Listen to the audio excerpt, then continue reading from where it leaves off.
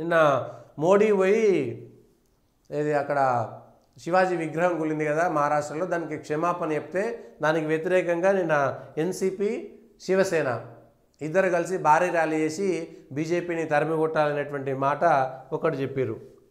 మహారాష్ట్రలో కూడా అంటే ఎన్నికల డేట్ రాలేదు కానీ నెలకు హర్యానాకు సంబంధించినటువంటి రిజల్ట్స్ వచ్చేసరికి మహారాష్ట్ర ఎన్నికలు కూడా వచ్చేస్తాయి. ఆల్రెడీ మహారాష్ట్ర ఎన్నికల మోడ్లోకి వెళ్ళిపోయింది.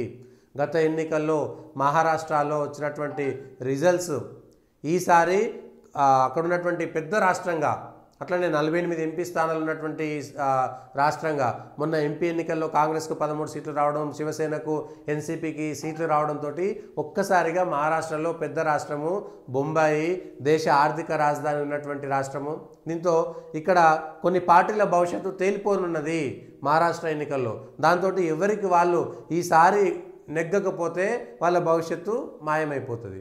ఇది ఎన్సీపీ నుంచి చీలికపోయింది, ఇప్పుడు ఎన్సీపీకి చీలిక వర్గానికి, ఉద్ధవ్ ఠాక్రేకు ఏక్నాథ్ షిండే వర్గానికి ఎవరిది అసలు శివసేన ఎవరిది కాదు, ప్రజల్లో ఎవరికి మద్దతు ఉంది అనేటువంటిది.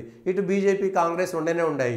రెండు వర్గాలుగా, రెండు శిబిరాలుగా చీలిపోయినటువంటి మహారాష్ట్రలో ఇప్పుడు ఎన్నికల వేడి రాజుకున్నది.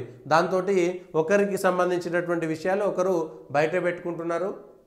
మహారాష్ట్రకు సంబంధించినటువంటి ఎన్నికల వేడిలో చలి కాచుకుంటున్నారు. దానికి సంబంధించినటువంటి మహారాష్ట్ర ఎప్పటికీ కీలకమే.